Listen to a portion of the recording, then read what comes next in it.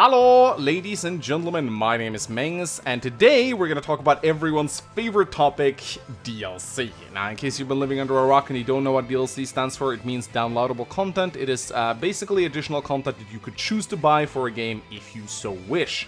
We're not going to talk about, like, the nature of DLC in this video, whether or not it should be there or not. Some people love it, some people hate it, but at the end of the day, it is optional. No one's forcing you to buy it if you don't want to.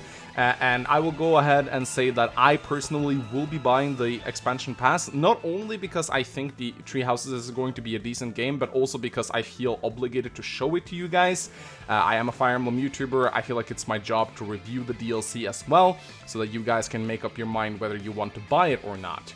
So up at Treehouse's new official website, which is really nice, by the way. I really recommend you go have a look at it. It shows off a bunch of different things. You can also play some English voice clips for each character.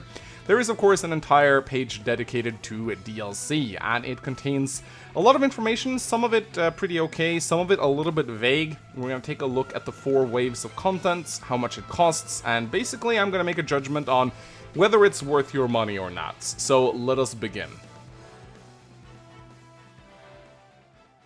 So before we go have a look at the actual content that we get from the DLC, let's have a look at the price, because the price will dictate whether or not we want to buy something, and it is important for a lot of people. You may remember all the controversy with Echoes, where basically the combined price of the DLC exceeded the price of the game, which a lot of people did not like. So right from the get-go here, they list the Fire Emblem Tree Houses plus Expansion Pass bundle, and it is the only thing they actually list on their DLC page. So the combined price for the game plus all the DLC is around $90 US or 115 Canadian dollars. And right from the get-go, I'm not a big fan of how they just list the bundle. Why not just tell us how much the DLC costs? What if I don't want the bundle?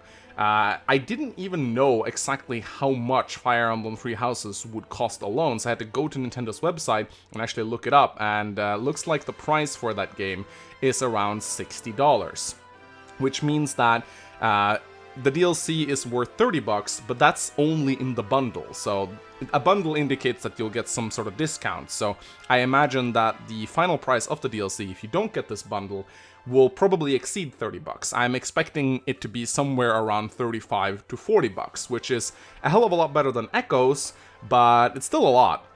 Now, again, I'm not a big fan of how they sort of hide the costs a little bit like this. Like, why do they just list the bundle? They should just tell us straight up how much the DLC is worth and whether or not we want to buy the bundle or just the DLC. But enough nitpicking, let's actually take a look at the 4 waves of content that you will get.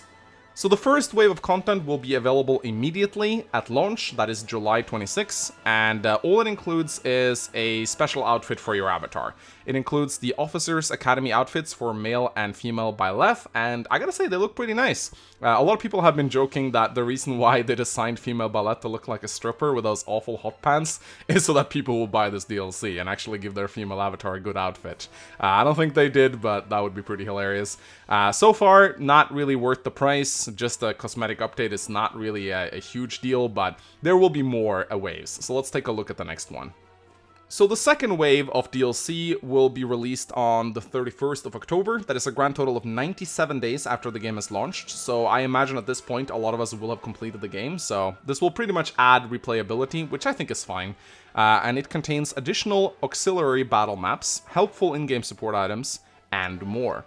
So let's look at the first one, additional auxiliary battle maps. Auxiliary means like complementary or additional, so that pretty much means to me that there will be more maps to play at. I'm not sure if this will affect the main campaign, but it seems like it might just affect skirmishes. So whenever you go do random encounters, there will be more random maps to play at, which I think is fine. Then it's helpful in-game support items. I have no idea what this means. I imagine this might be anything from stat boosters to maybe items that build support points between your students. We have seen items like that before in both Fates and Awakening, and I think that's honestly just fine. Seems like it will just give you a little bit of a helping hand. Being able to build your supports faster is pretty nice if you played the game multiple times and you just want to get your pairings out of the way. However, it also says "and more." I don't know what they mean by that, but it indicates that there will be more content in the second wave. Probably just don't know what it is yet, or maybe they just don't want to make any promises, but I do hope that this won't be forgotten. If it says "and more," then I expect more, so we need to keep an eye out and see if they actually keep their promises on this one. So the third wave of content will be available on the 31st of December, right before the new year. At this point, it's 2 months since the previous wave, and in terms of total days since the game's launch, this will be out 158 days after the game has been out. So at this point, I imagine we will have played through the game multiple times, maybe tried all the routes. And this wave contains additional quests and costumes, plus a free updates. Additional quests, this one is kind of hard to dissect because we don't really know how complex the quests will be. We do know that as you walk through the monastery, there will be various quests from students. Maybe Raphael wants you to pick up some food for him or something. But we also know that there will be paralogs for the various students. So if this is actually extra maps with story elements, that we've seen a little bit of so far, then that's going to be great. If it's just random quests at the monastery, then it's going to be really boring. Like, oh, Raphael wants you to find the buttons to his shirt or something. Like, I really hope that there's more than just like a couple extra random quests at the monastery, that these are actually paralogs that you can play. It also contains costumes, which is just a cosmetic thing. But I think that a lot of people will really like this because at this point, the game has been out for a very long time. People have established relationships with their characters, and I think seeing them in various different outfits is going to make a lot of people really happy. Especially if we can get some sexy outfits for our waifus and husbandos. Now, I don't know what they mean by a free update. Do they imply that everyone gets this, regardless of whether they own the DLC or not? I mean, free usually means, you don't have to pay money for it, so what does free update mean? Is this just something that they're going to give to everyone? It's going to be very interesting to see. I think that this wave has potential to be good, but if it's just a couple of extra quests and like an extra costume for your units, then it's going to be very disappointing. And then we come to the fourth and by far the biggest wave of content, which will be released on April 30, 2020. So that is 9 months after the game has launched and over 4 months since the previous wave of DLC. And looking at this wave right here, this seems more like an expansion than it does DLC to me, because it contains new story contents with additional playable characters, locations, and more. Plus a free update, like whatever that means.